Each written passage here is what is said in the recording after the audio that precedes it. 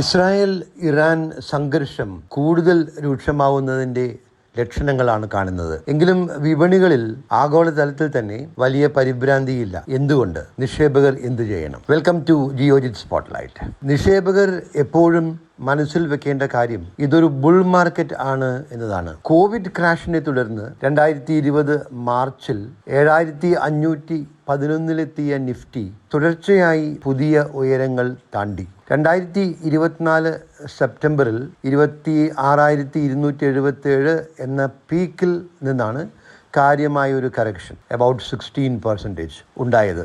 കഴിഞ്ഞ സാമ്പത്തിക വർഷം, അതായത് FY25 Q2 GDP ഗ്രോത്ത് 5.6% കുറഞ്ഞപ്പോഴാണ് ഒരു ഷാർപ്പ് മാർക്കറ്റ് കറക്ഷൻ ഉണ്ടായത്. പിന്നീട് GDP ഗ്രോത്തിൽ തിരിച്ചുവരവുണ്ടായപ്പോൾ വിപണിയിലും റിക്കവറി ഉണ്ടായി. ബുൾ മാർക്കറ്റിനെ കുറിച്ച് ഒരു ചൊല്ലുണ്ട്. Bull markets will climb all walls of worries.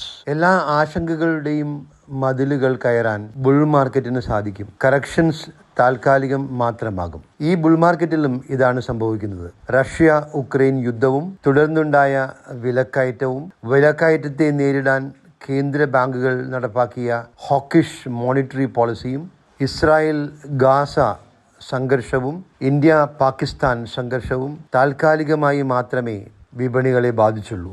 ഇപ്പോഴത്തെ സാഹചര്യത്തിലും ഈ ട്രെൻഡ്, ഈ റെസീലിയന്റ് മാർക്കറ്റ് ട്രെൻഡ് തുടരാനാണ് സാധ്യത.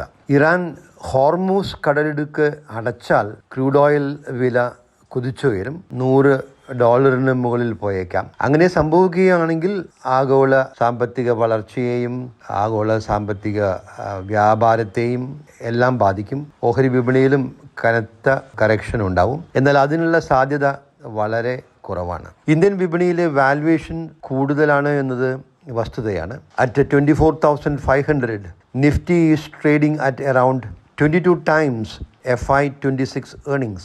എങ്കിലും ഉയർന്ന വാല്യുവേഷൻസ് തുടരാനാണ് സാധ്യത. വിപണിയിലേക്കുള്ള റീറ്റെയിൽ പണമൊഴുക്ക് ശക്തമാണ്, നേരിട്ടും മ്യൂച്വൽ ഫണ്ട് SIPകളിലൂടെയും. This strong liquidity will support the market. മുമ്പ് പറഞ്ഞ പോലെ മോശം ഏർണിംഗ്സ് ഗ്രോത്ത് ആണ് വിപണി നേരിടുന്ന പ്രധാന വെല്ലുവിളി.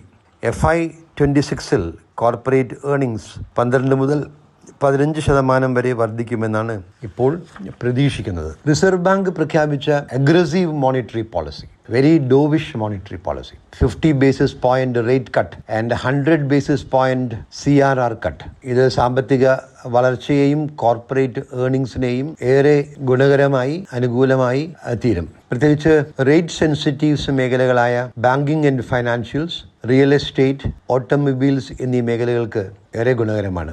ഇതിൽ ബാങ്കിങ് സ്റ്റോക്സിന്റെ Q1, Q2 റിസൾട്ട്സ് ഇപ്പോൾ പ്രതീക്ഷിക്കുന്നതിലും മോശമാകാനാണ് സാധ്യത. കാരണം റീപ്പോ റേറ്റ് ലിങ്ക്ഡ് ലോൺസിന്റെ ഇൻട്രസ്റ്റ് റേറ്റ്സ് പെട്ടെന്ന് തന്നെ കുറയുമെന്നാണ് വിലയിരുത്തൽ. അതുകൊണ്ട് ബാങ്കുകളുടെ NIM, നെറ്റ് ഇൻട്രസ്റ്റ് മാർജിൻ, കുറയും. CRR കട്ടിന്റെ മെച്ചമുണ്ടാവാൻ സമയമെടുക്കും. ഇത് Q3, Q4 റിസൾട്ട്സിലാണ് പ്രതിഫലിക്കുക. ഇത് മാർക്കറ്റ് ഡിസ്കൗണ്ട് ചെയ്തിട്ടുണ്ട്. High quality banking stocks will continue to be resilient. Buy on dip strategy has worked in this bull market. It is likely to continue to work. Investors can continue to buy quality stocks on every dip.